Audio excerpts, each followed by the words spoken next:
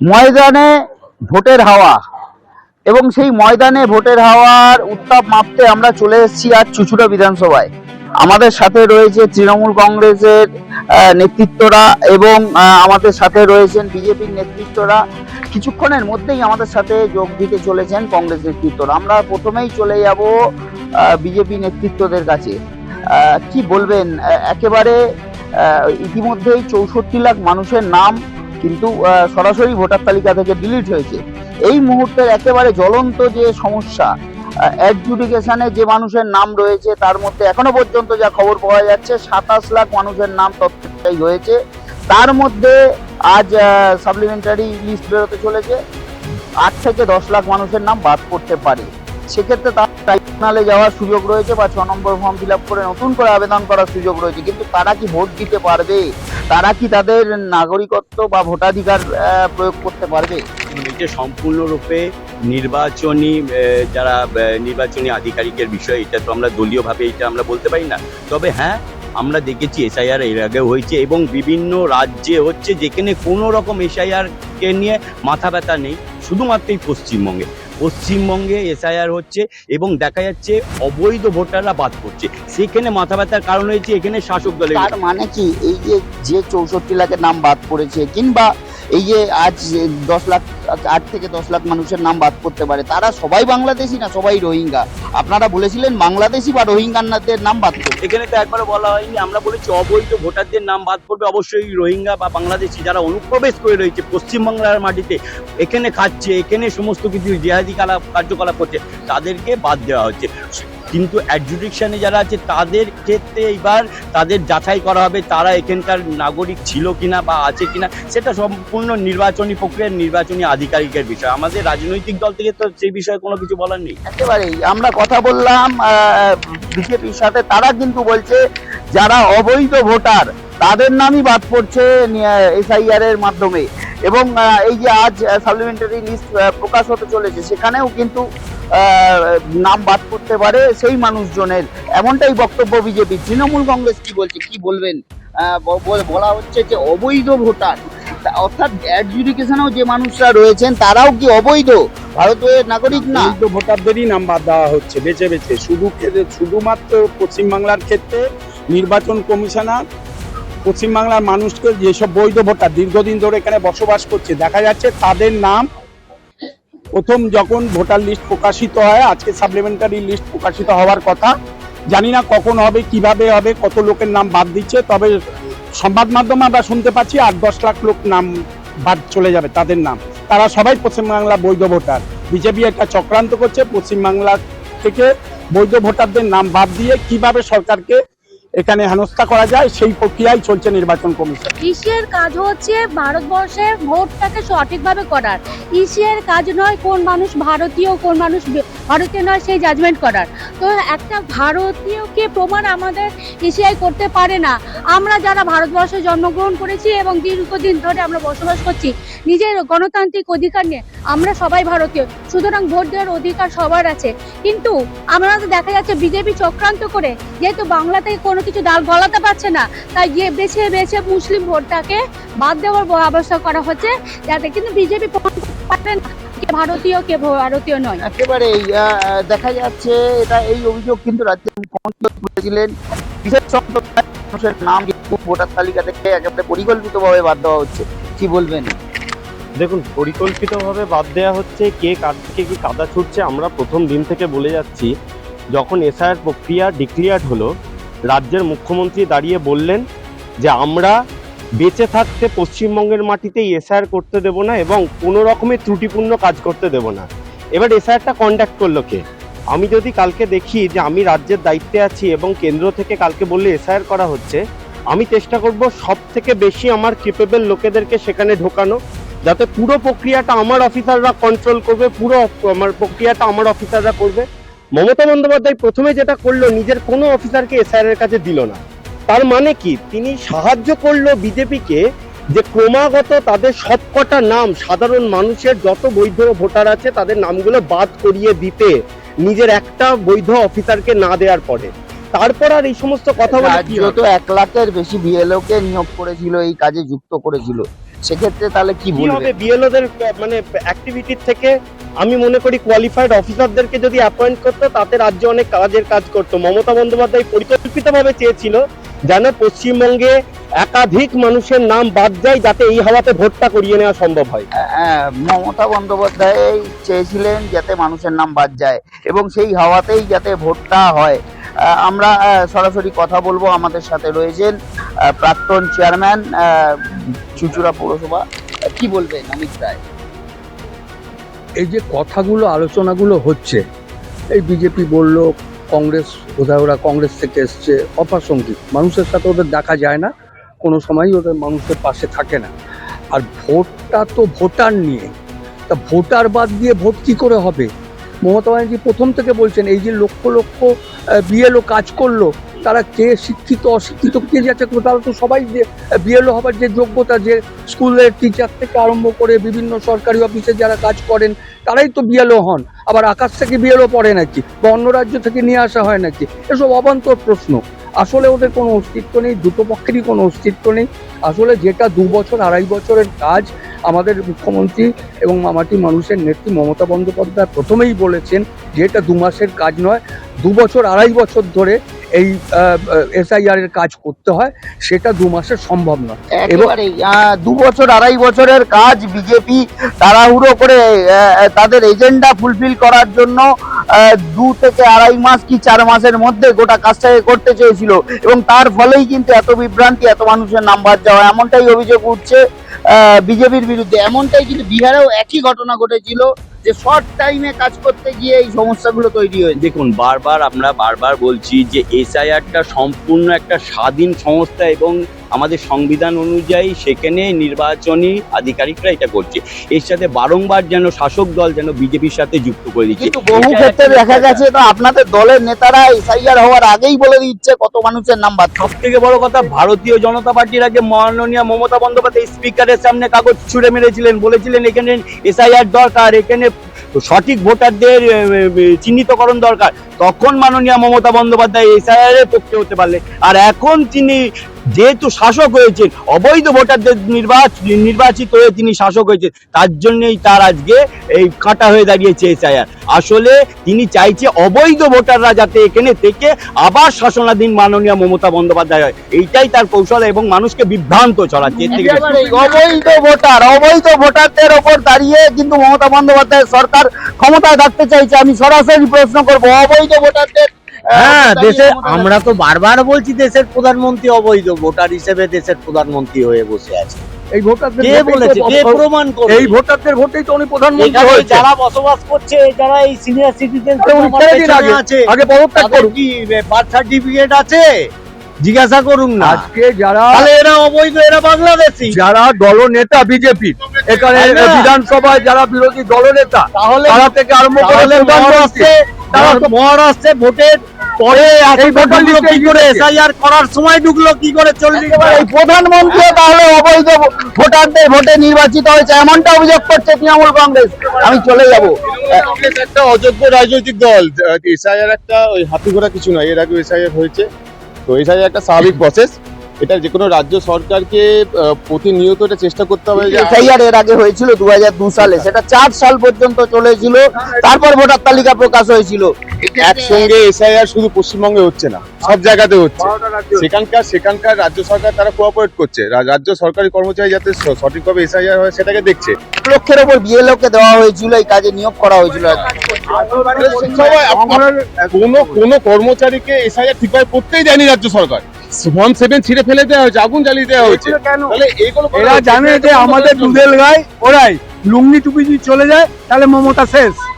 একেবারে 7 নম্বর ফর্ম জমা দেওয়ায় বাধা সৃষ্টি করা হয়েছে।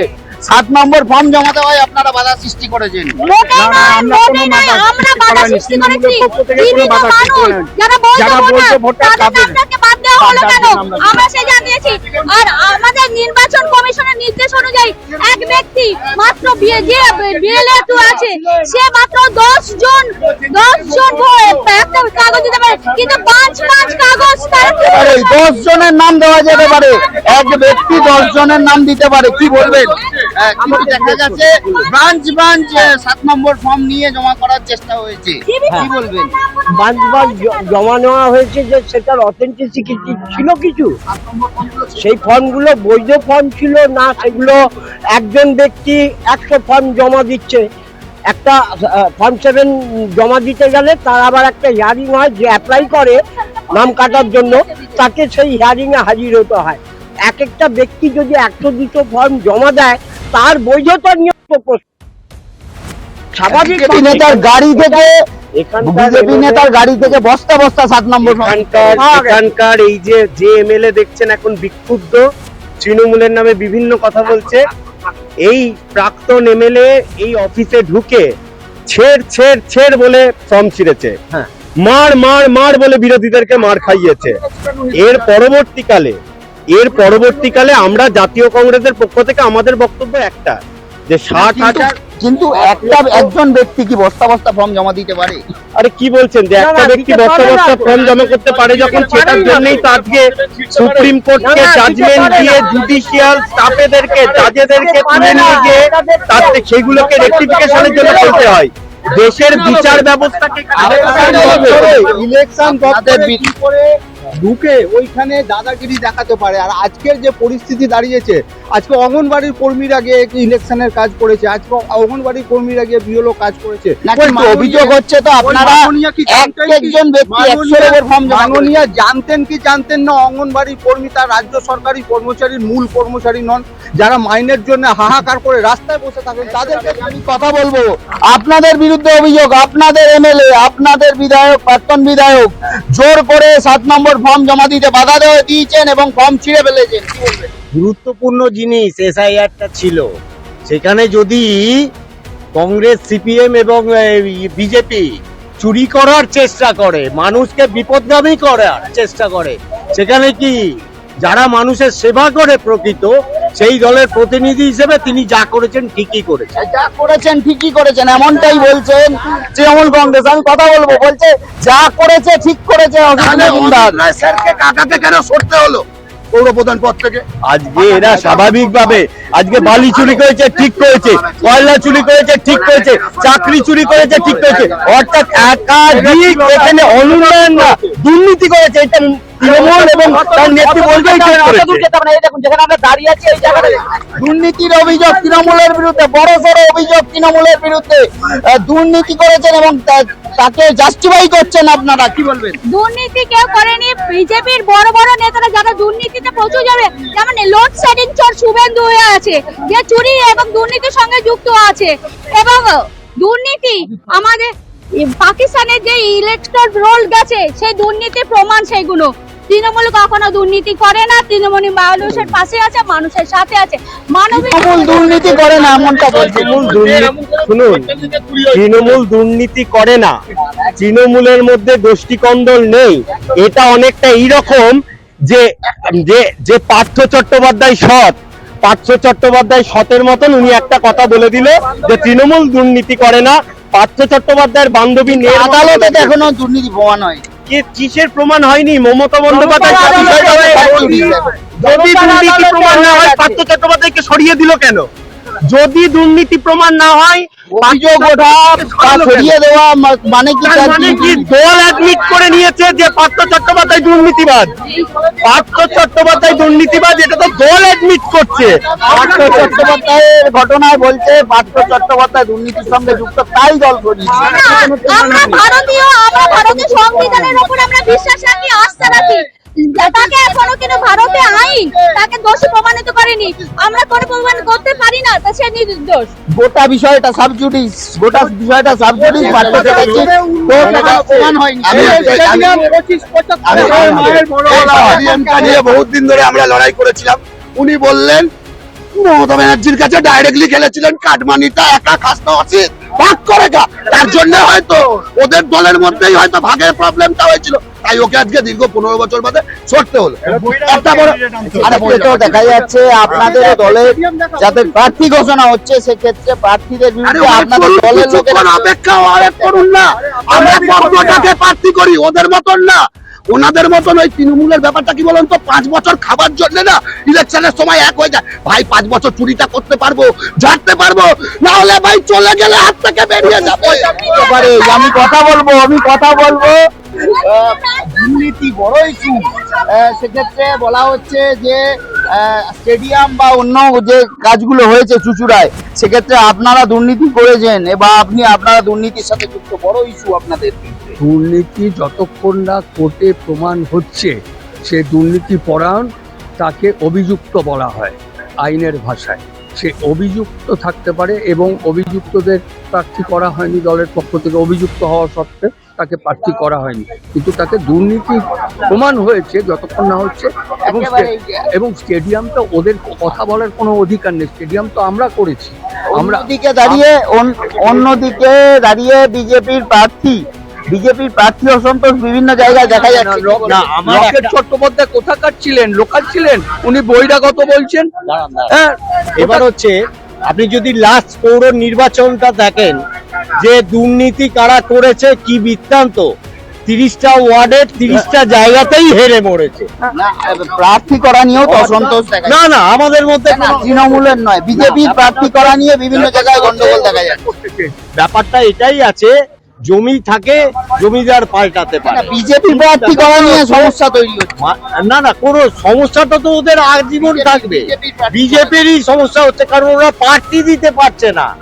একটা সর্বভারতীয় দল, এরা আবার বড় বড় কথা বলছে, এটা সত্যি কথা ওদের লজ্জা পাওয়া উচিত যে এত বড় দল আজ অব্দি একটা প্রার্থী দিতে পারলো না, কারণ শুধুমাত্র দেবাংশু হেভি ওয়েটি প্রার্থী আসাতে বিপদগামী হয়ে গেছে। একেবারে আপনারা প্রার্থী ঠিক করতে পারছেন না, আপনাদের বিরুদ্ধে অভিযোগ, বা কংগ্রেসের বিরুদ্ধে একই অভিযোগ, প্রার্থী ঠিক করতে পারছেন না।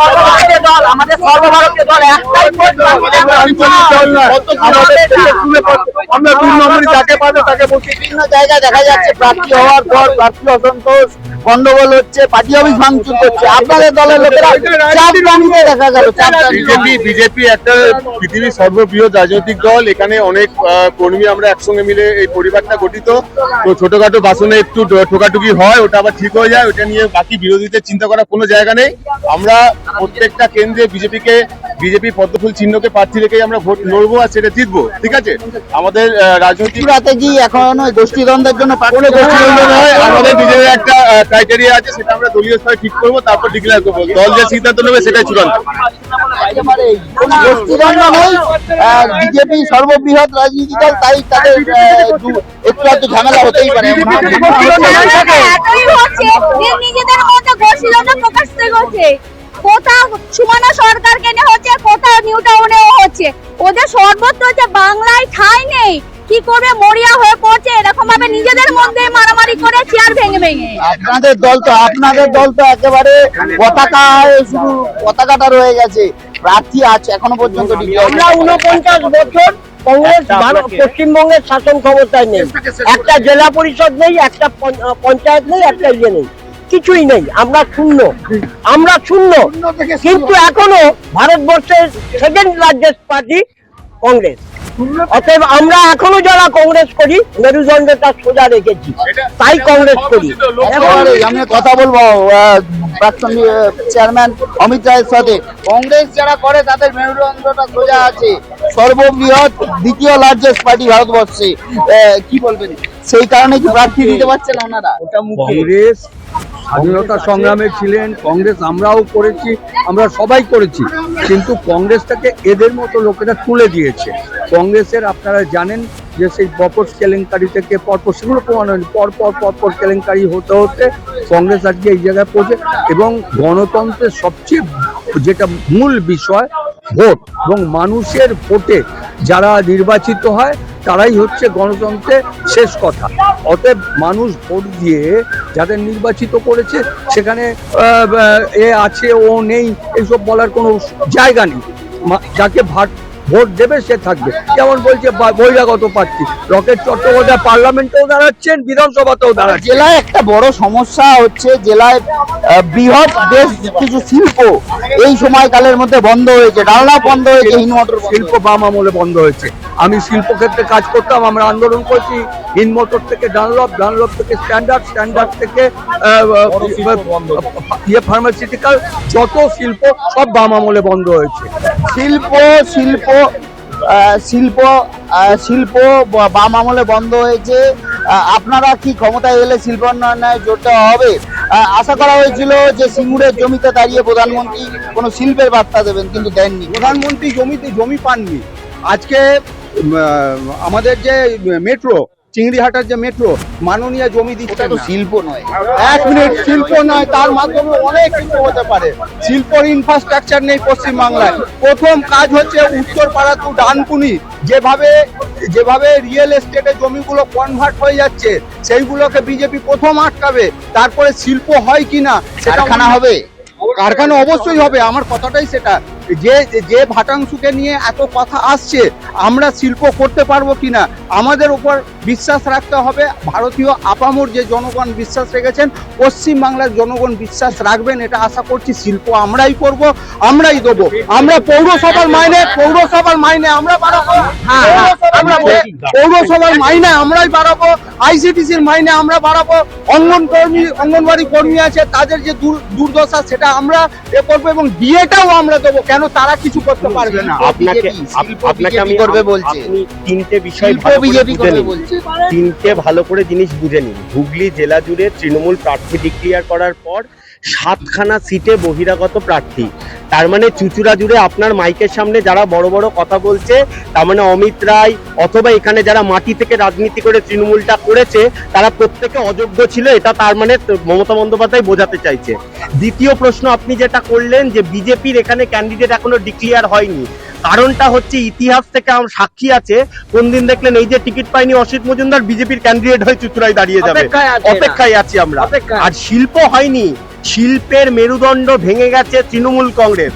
আর বিজেপি যদি তৃণমূল তো বলছে বামেরা শিল্পকে ওরা যদি ভেঙে দিয়ে থাকে, তাদেরকে শ্মশান ঘাটে তুলে দিয়েছে বিয়েরা। আর হচ্ছে বিজেপি কথা বলছে সিঙ্গুরে মোদি, এতে অনেক আশা রেখেছিল মানুষ। দুটো শিল্পের কথা বলছে, নরেন্দ্র মোদী কোনো শিল্পের কথা বলেনি। নরেন্দ্র মোদী শুধু বলে গেছে কিভাবে ক্ষমতা দখল করবো, যেখানে বামেরা শিল্পর কোমর ভেঙেছিল, আর তৃণমূল কংগ্রেস শিল্পকে শ্মশানে নিয়ে গেছে। বিজেপি বলছে যে ওরা এলে নাকি সবকিছু ওরা বৃদ্ধি করে দেবে, কিন্তু ওরা বিভিন্ন রাজ্যে আছে, যেখানে ক্ষমতায় আছে সেখানে 1 পয়সা কারুর বাড়াতে পারেনি। বিহারে একটু নির্বাচনে জেতার জন্য 10,000 টাকা বাড়িয়েছে, সেটা আবার বলছে যত তাড়াতাড়ি উইড্রো করেছে প্লাস উইড্রো করেছে প্লাস তাড়াতাড়ি ফেরত দাও, না হলে তোমাকে ফাইন জমা দিতে হবে। শিল্প নিয়ে কথা হচ্ছে। শিল্প বলছি, শিল্পটা ওরা রাত্রিবেলায় বাড়িতে শুয়ে ঘুমিয়ে ভাবে। এই সময়কালের মধ্যে তো হিনমোটর কারখানা বন্ধ হয়েছে 2013 সালে। না সেটা বাম আমলে। আপনি যা বলেন 13 সালে 34 বছরের পেছনের কথা তুলে আনছেন। 34 বছরে ওরা যা করেছে, যার জন্য ওদের স্থানটা শূন্য গিয়ে দাঁড়িয়েছে। বিজেপি তো বলছে ওরা এলে ক্ষমতায় এলে শিল্প হবে। ওরা ওরা আরে বলবেই তো ওরা। প্রধানমন্ত্রী তো সিঙ্গুরে এসেছিল কদিন আগে, ওয়েস্ট বেঙ্গলে কি চুক্তি দিয়ে গেছে। ওরা কেননা চিহ্নিত সিপিএম গুলো এখন বিজেপি করছে, ওই জন্য সিপিএম কে গার্ড দিচ্ছে। ওয়েস্ট বেঙ্গলে বেকার সমস্যা, যা রাম তাই বাম, যা বামেরা করেছে তাই রামেরা করবে। তৃণমূল মানে যা রাম তাই বাম, বামেরা যা করে গেছে আপনারা সেই পথ। ওনারা তো বামেরা শূন্য, আমরা তো তাও 77 আছি। ওনারা আসার পর সিপিএম যে কলকারখানা বন্ধ করেছিল, কটা খুলেছে করে দেখা, খুলতে পারেনি। খুলতে পেরেছে সেটাও পারেনি। আরে 75% একেবারে জমজমাট হয়ে উঠেছে চুচুড়ার লড়াই, এবং যত নির্বাচন আসছে তত উত্তাপ বাড়ছে। একদিকে তৃণমূল ছিল আমাদের সাথে, অন্যদিকে কংগ্রেসের প্রতিনিধিরা এবং বিজেপির প্রতিনিধিরা। সব মিলিয়ে আগামী নির্বাচনে মানুষ কার ভাগ্য নির্বাচন করে সেদিকেই আমাদের নজর রাখতে হবে। হুগলি থেকে ক্যামেরা বাংলা জানা।